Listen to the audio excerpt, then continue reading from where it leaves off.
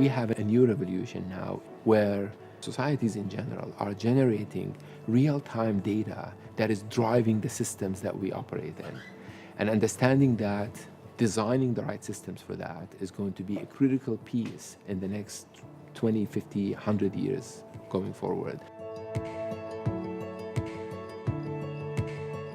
What IDSS, Institute for Data, Systems and Society, is trying to accomplish is the connection all the way between engineering and science to the social sciences. It's a unique aspect to the MIT value proposition. Whether they are in energy or transportation or in finance or health or communication or in many different parts of the world, societal challenges are in terms of freedom and dictatorships and elections and so forth.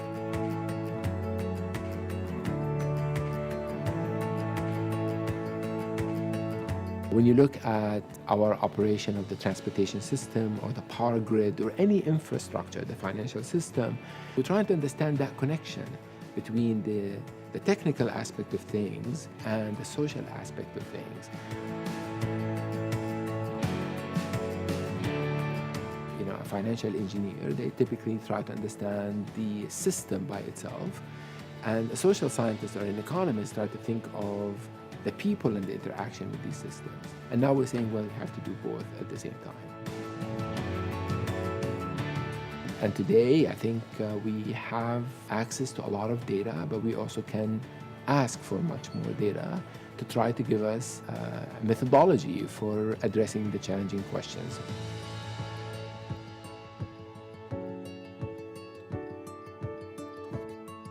The most important thing that's going to happen within the Institute is the education of a new breed of students who are extremely skilled in analytical methods, but do understand people and understand institutions. There's a research value, but there's a human value, and I think the human value is going to be great.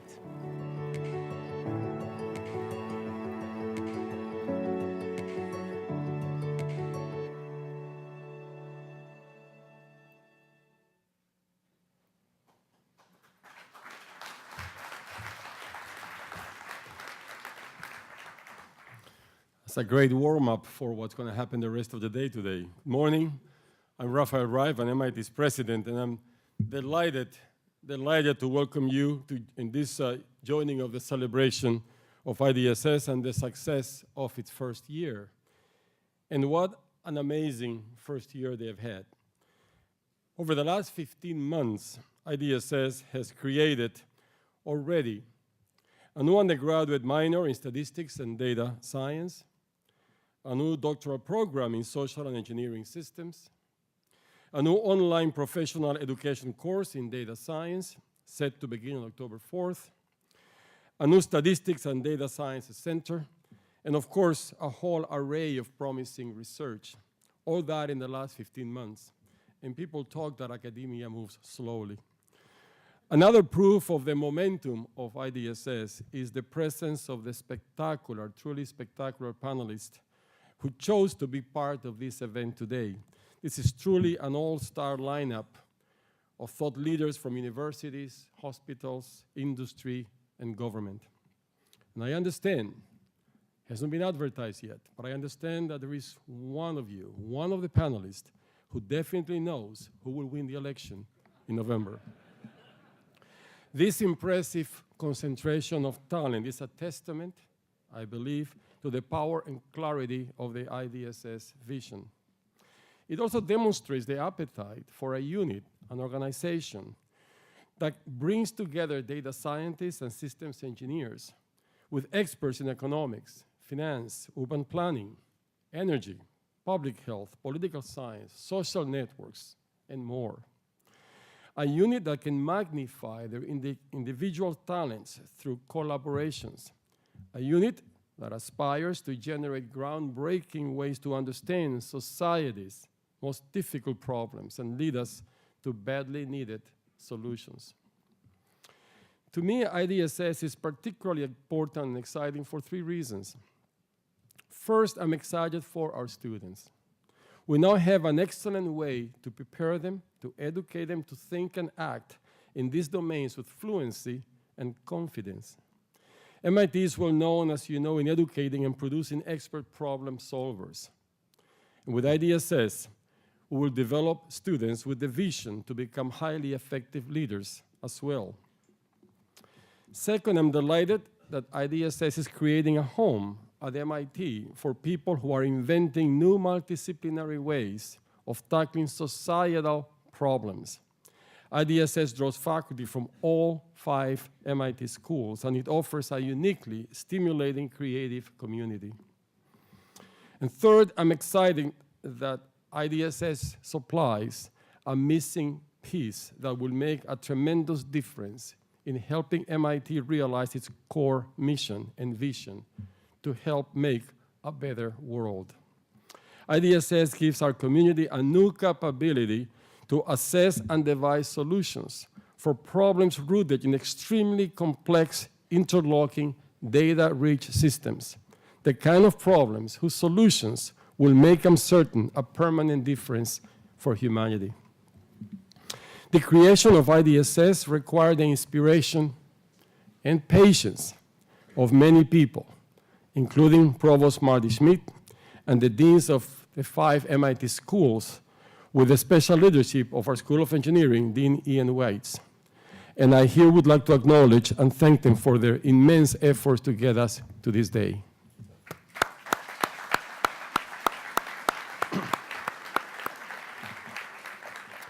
But the main force behind the emergence of IDSS is someone well known to many of you, is Professor Munther Dahleh. Munther is ideally suited and equipped to lead New Institute. Why? Well, Munther is a natural. He earned his PhD at the tender age of 25. At that age, I think I was starting my PhD. About a couple of minutes later, he joined the MIT faculty, and I've known him ever since. He has made important contributions at the interface of robust control, filtering, information theory, and computation. Of those of you who know him know that he's a brilliant mathematical thinker and an extraordinary engineer. He has also this amazing gift for understanding complex systems. As you saw in the video, he's also an excellent speaker. As someone to whom English is also a second language, I find that particularly annoying, that Munther makes it look so easy. His eloquence will be a tremendous asset as he puts together and unites teams around complex problems and to building support for something as ambitious as IDSS. Yet Munther's greatest qualification is something else, in my opinion, something I discovered over 20 years of having lunch with him every now and then. At these lunches, we talk about everything you can imagine. But somehow we always wind up talking about the Middle East and its painfully particularly complex problem. It was through those conversations that I came to appreciate Munther's greatest gift, the capacity to combine his analytical finesse and engineering rigor with the wide-ranging curiosity, cultural depth, and behavioral insight of a first-class social scientist and a first-class human being. These same qualities are well represented in this remarkable audience today. So I'm extremely grateful to all of you who made the effort to join us and be here today. With that, it's my great pleasure to introduce the director of MIT's Institute for Data Systems and Society, Professor Munther Dahleh.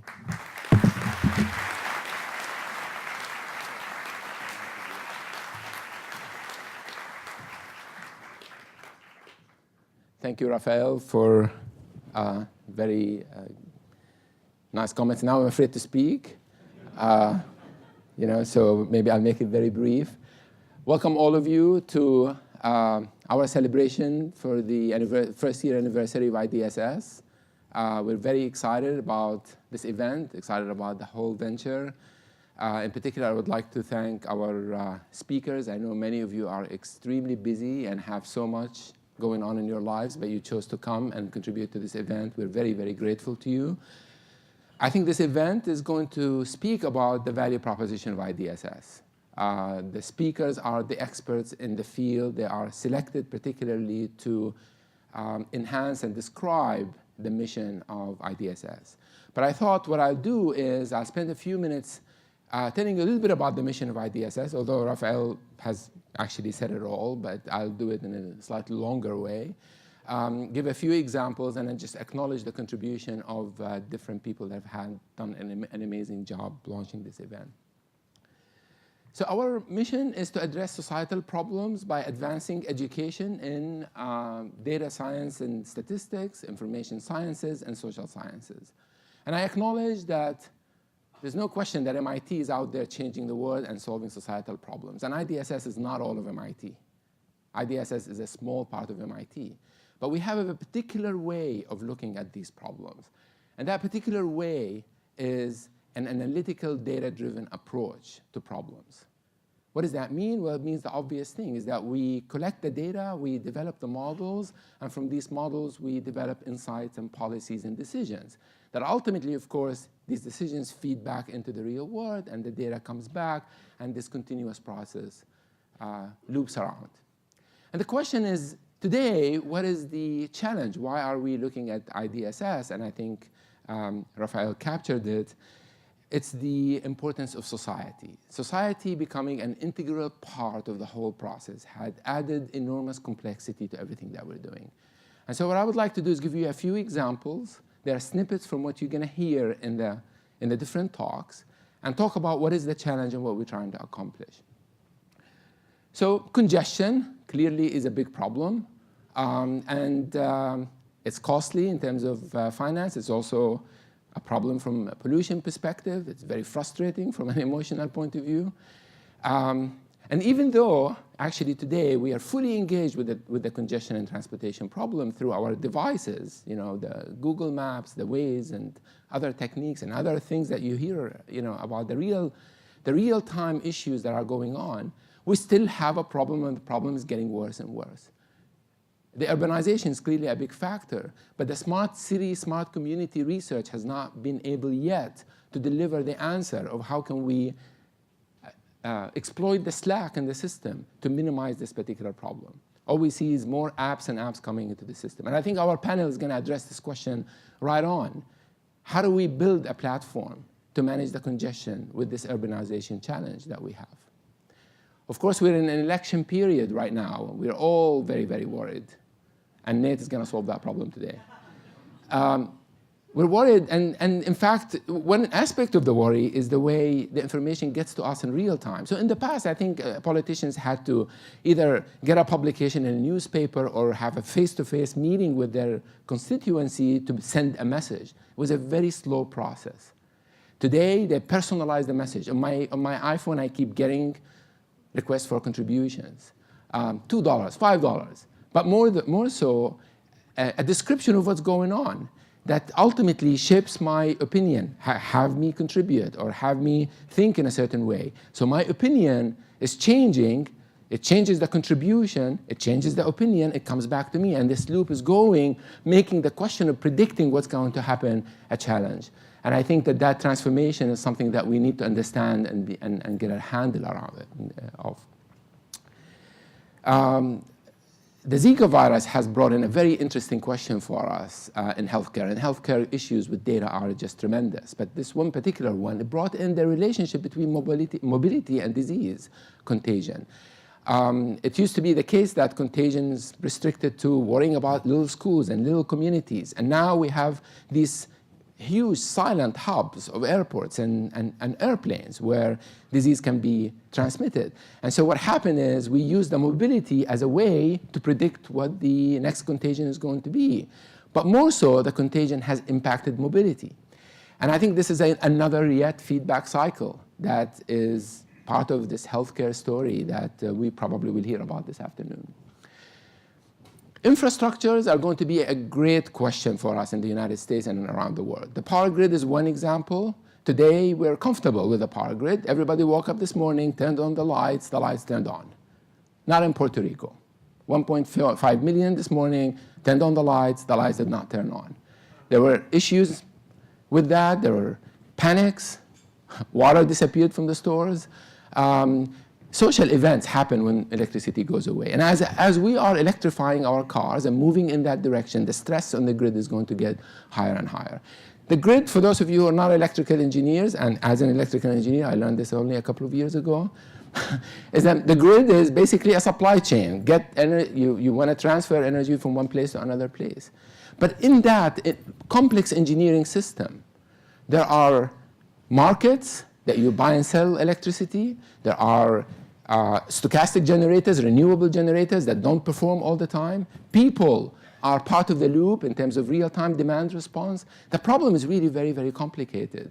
And the resilience of the grid is one thing that we worry about all the time, and it's something that we need to look forward to. So how do we think about this complex engineering system in a unified, systematic way?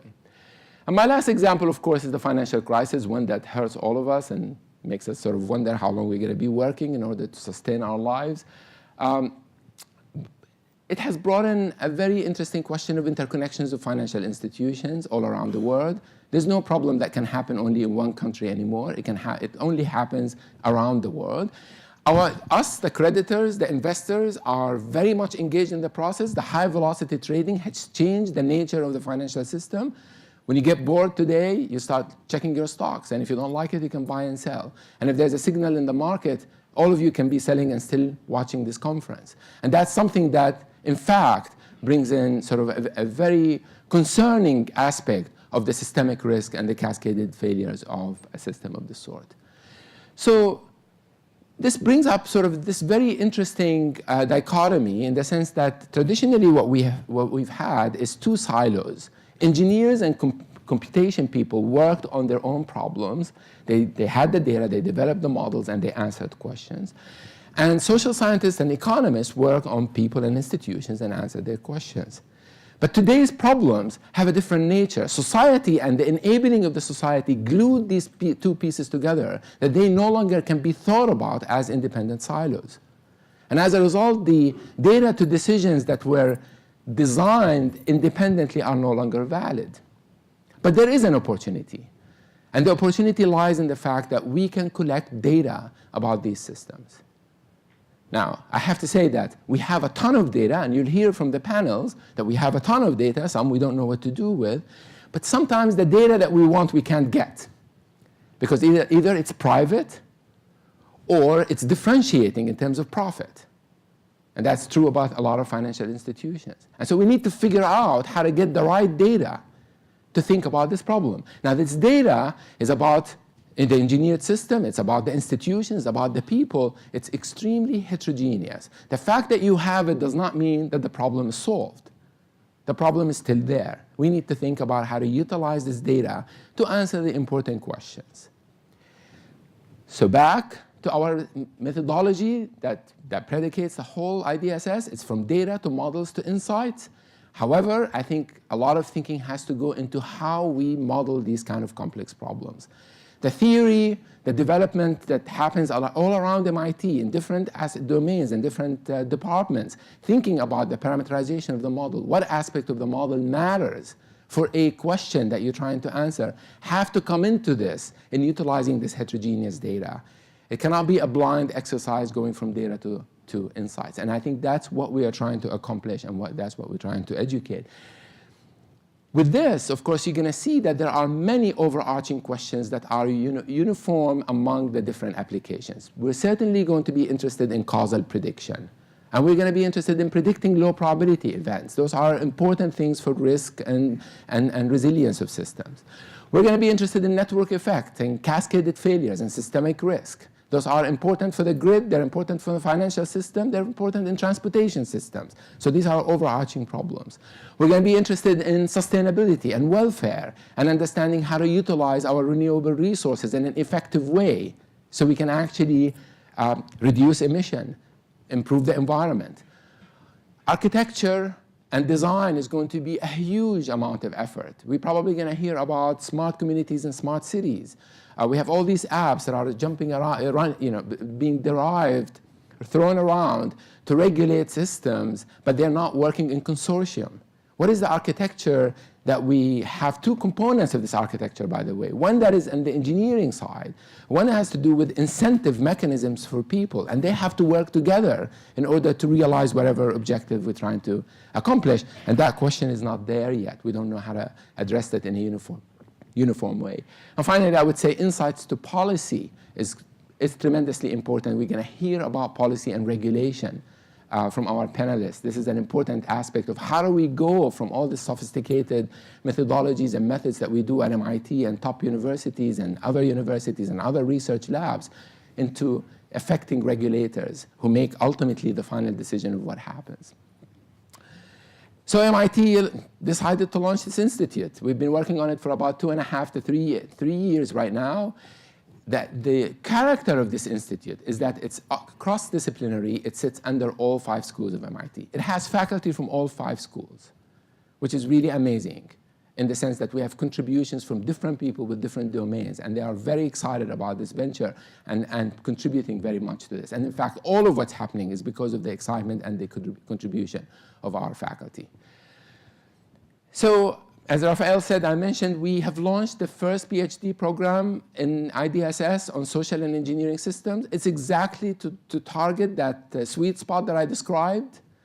It's the intersection of engineering and social science. The students have to be, as described by the people that defined the program as our superhuman students who have to become experts in multiple fields and deliver deep research at this intersection. A lot of details are available in this program. We're very excited about it. If you have questions or if you're a student thinking about a PhD program, talk to us and we'll be happy to help. We have launched a whole effort in statistics because we are the home of statistics and data science at MIT. So we launched a minor. We're working on a PhD program. And as Rafael mentioned, the first professional education course, 18 hours of instructions online, will be launched on October 4th. We're excited about that. It does capture the vision of IDSS. It is about data to insights and decisions. It talks about the whole full cycle of going from data to the decisions. So that's the differentiating aspect of this particular course. And we are also thinking about offering a master's online, a micro-master's along the line of what MIT has initiated. So I'm going to stop here and just kind of give some acknowledgement and I'll be done. This would not have happened without the leadership of many other people involved, and you're going to see all of them today at the meetings. Asu Uzdaglar, who is currently now the director for the Laboratory for Information and Decision Systems, and a tremendous contributor to everything that we've done so far. Professor Ali Jadbabai, professor of civil engineering, also director of socio-technical research lab. Professor John Tsiklis, who launched the PhD program. He was the head of the program from the inception all the way to running it. Professor Delraj Shah, running the Statistics and Data Science Center, and Professor Noel Serine, who's running the Technology Policy Program, which squarely sits under IDSS. I would like to reiterate the thanks that Rafael had and thank the senior administration for all the support they've given us. It has been a very easy path in terms of what the administration provided for us. And we've asked for quite a bit, and administration provided it. Rafael, Marty Schmidt, Dean Wades have been tremendous in this whole process, and I'm very indebted to their support. They made my life and the leaders' life very easy. But it didn't stop there. We had to work with all departments. We had to work with department heads. Department heads have been just tremendous in their support, in particular EECS, who has just been amazing in their support of everything that we've been doing so far. Our alums, our friends, many individuals, members of the visiting committee, external advisory board, contributed financially, contributed advice, offered their time. We're indebted to all of them because all of this was needed and was absorbed in what we were doing.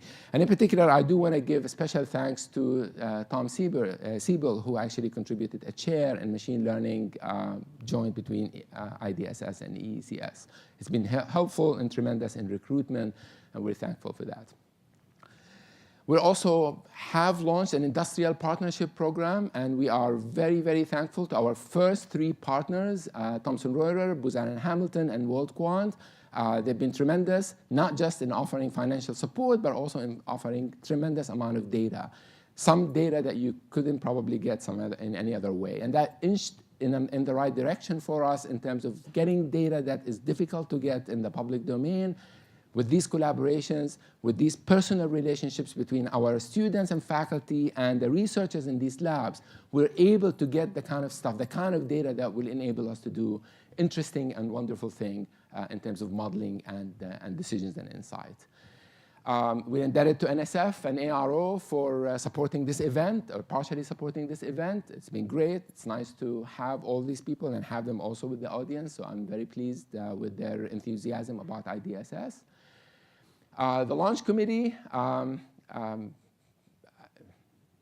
Professor Ozdaglar, Professor Jadbabai, Sandy Pentland, who's been tremendous in not only proposing names, but recruiting quite a few people to come, Professor Sanjay Mitter, Alan Wolski, and Elizabeth Bruce, who was our executive director until this summer. And finally, I'd like to say thank you so much for the communication team. I don't know how to thank you enough, other than just say thank you and I'll take you out to dinner. I hope that helps. They are amazing. They've done everything possible to make everybody's life easy, and I really appreciate that.